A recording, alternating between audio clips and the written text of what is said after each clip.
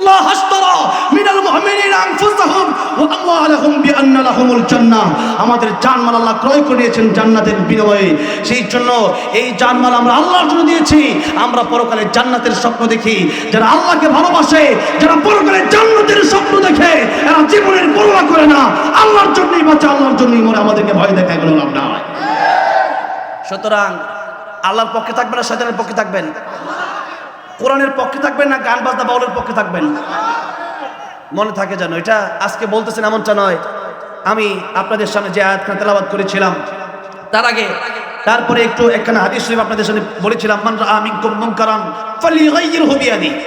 নবী বলেছেন তোমাদের কেউ যদি দেখে, অন্যায় দেখে যদি কেউ, সে ব্যক্তি যেন তার হাত দিয়া সে যেন প্রতিবাদ করে। তাও যদি না পারে সে যেন জবান দিয়ে প্রতিবাদ করে।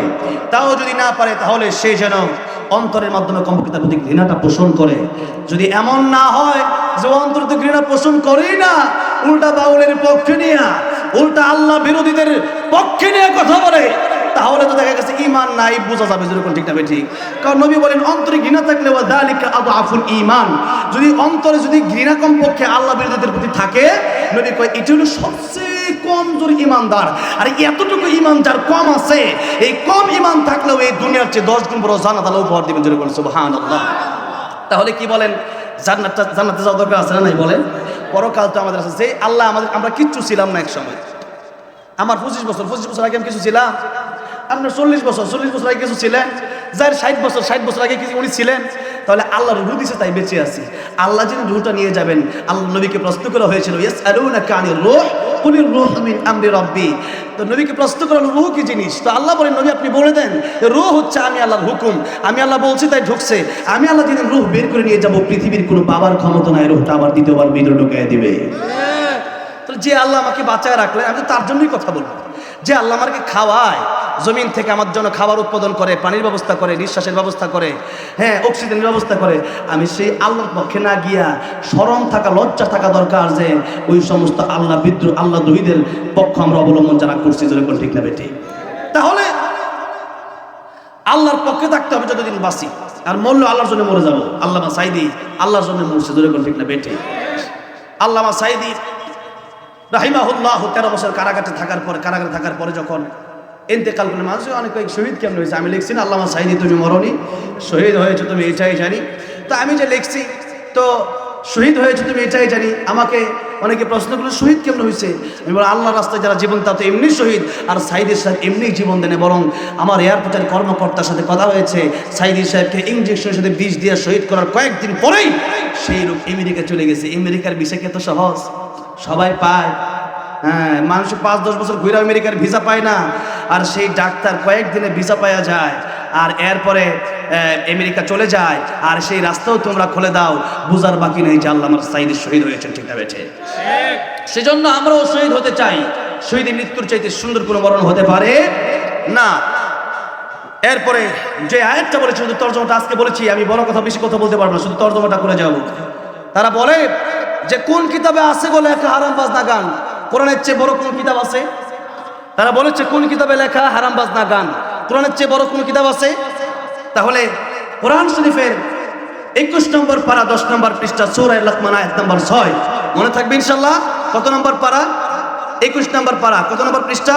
10 নম্বর পৃষ্ঠা। আর সূরার নাম হচ্ছে সূরা লোকমান। এই সূরার কত নম্বর আয়াত?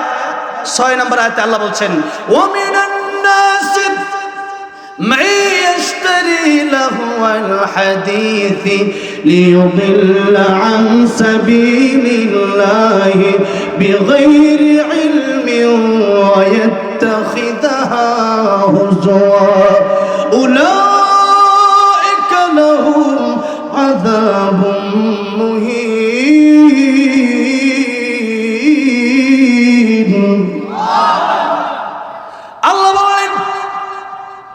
পৃথিবীতে কিছু মানুষ আছে যারা নাকি অশ্লীল কথাবার্তা, অশ্লীল গান বাজনা খরিদ করে।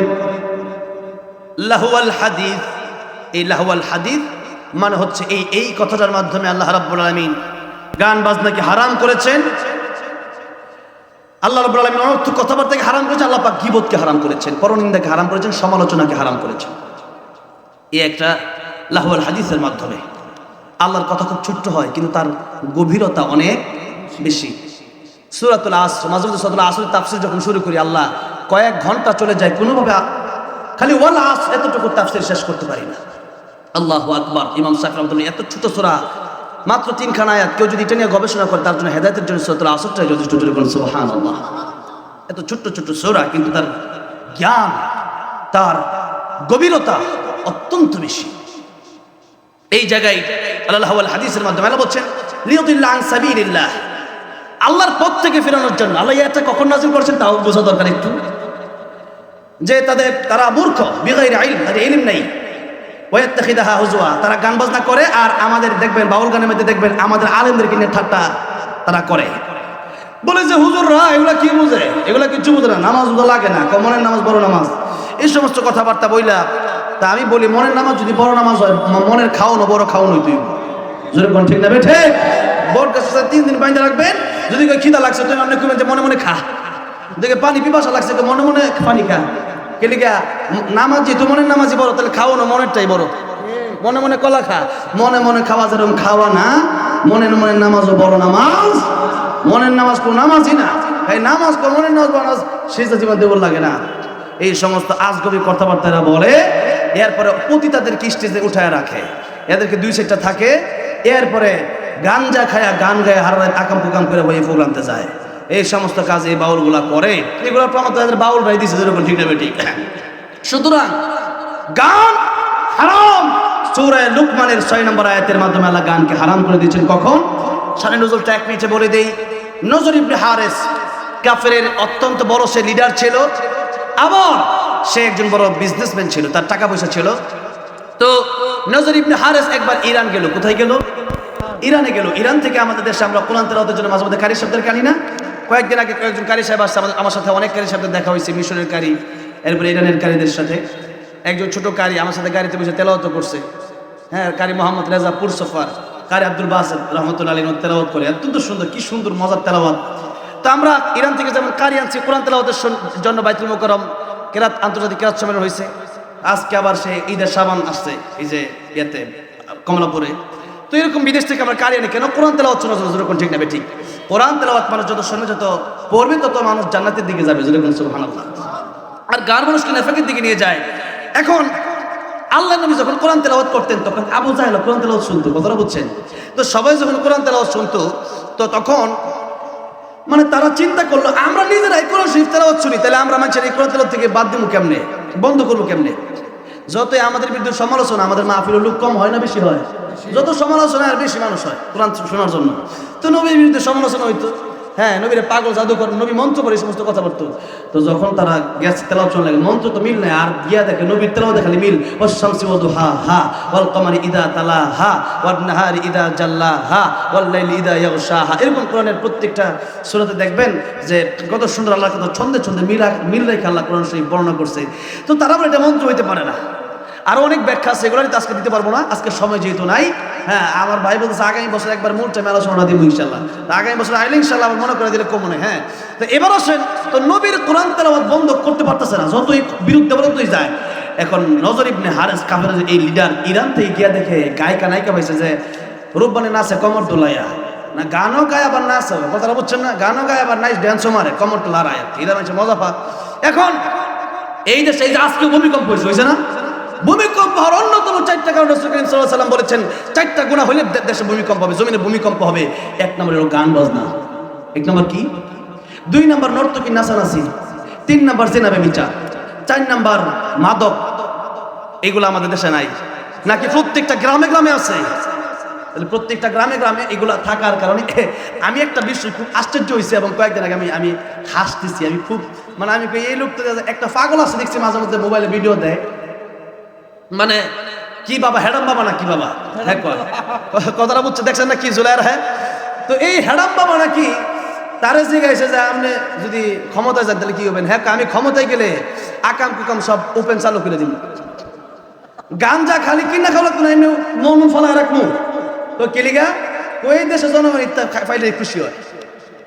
আমি চিন্তা করেছিলাম কিছু লোক এমনও আছে যে হেরা আকাম কুকাম যত বেশি হেরা খুশি হইতো বেশি, যখন ঠিক না বেঠি।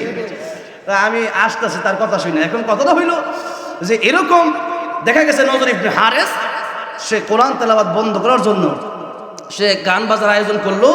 ইরান থেকে নায়িকা গায়িকা দাওয়াত দিয়ে নিয়ে এসে টাকা দিয়ে খরিদ করলো। যে মাই ইয়াশতারি লাহওয়াল হাদিস, আল্লাহ বলেছেন যে তারা এই সমস্ত ক্রয় করে, ওই সমস্ত নারীদেরকে ক্রয় করছে আর কি। বা অনেক সময় অনেক ব্যাখ্যায় লেখা আছে তারা বই আনছে, এমন বই, গল্পের বই বিভিন্ন। তো এই সমস্ত নারীদেরকে আনার পরে এই গানের আয়োজন, কনসার্টের আয়োজন করলো নজর ইবনে হারেস। যেই উপলক্ষে আয়টা নাযিল হয়েছে সেটা পরিশেষ করতেছি। তো যেখানে কোরআন তেলাওয়াত হয় সেই জায়গায় কোরআন তেলাওয়াত বন্ধ করার জন্য নজর ইবনে হারেস আজ থেকে ১৫০০ বছর পূর্বে ইরান থেকে নায়িকা গায়িকা আনাইয়া এই গান বাজার আয়োজন করছে। এই আয়োজন করার পরেই আল্লাহ নাজিল করে দিলেন ওয়া মিনান নাসি মান ইয়াশতারি লাহওয়াল হাদিস লিয়ুদিল্লা আন সাবিলিল্লাহি বিগাইরি ইলম ওয়া ইয়াত্তাখিযা হুজুয়া। যে তারা আল্লাহর পথ থেকে মানুষকে ফেরানোর জন্য এই সমস্ত গান বাজনা যারা করলো, মূর্খতাবশতার কারণে, অজ্ঞতাবশতার কারণে, আর কোরআন নিয়ে যারা ঠাট্টা করলো, আল্লাহ বলেন উলাইকা লাহুম আযাবুম মুহিন, তাদের জন্য তো ইহানকজনক শাস্তি আছে, অপমানজনক শাস্তি কিয়ামতের ময়দানে আছেই। একটা হলো শাস্তি, আল্লাহ বলছেন উলাইকা লাহুম আযাবুম মুহিন, খালি শাস্তি না, আল্লাহ বলেন ইহানকজনক শাস্তি, অপমানজনক শাস্তি। এমন শাস্তি আমি রেখে দিয়েছি, একটা হলো বিচারটা ঘরের ভিতরে করে লওয়া, আরেকটা হলো হাজার হাজার জনগণের সামনে বিচারটা করা। দুইটা কি বিচার? এক, বিচারটা করার সময় ভাই এমনি বিচার করে লান সরে কয় ভাই জনগণের সামনে মাইরেন না, যেরকম ঠিক না বে ঠিক। কারণ এটা জনগণ দেখালা মাইরের চেয়ে বড় বেশি কষ্ট, যেরকম ঠিক না বে ঠিক। তো সেই জন্য আল্লাহ বলেন তাদের জন্য আমি আল্লাহ যারা গান বাজনা করার জন্য অপমানজনক শাস্তির ব্যবস্থা আমি আল্লাহ করে রেখেছি।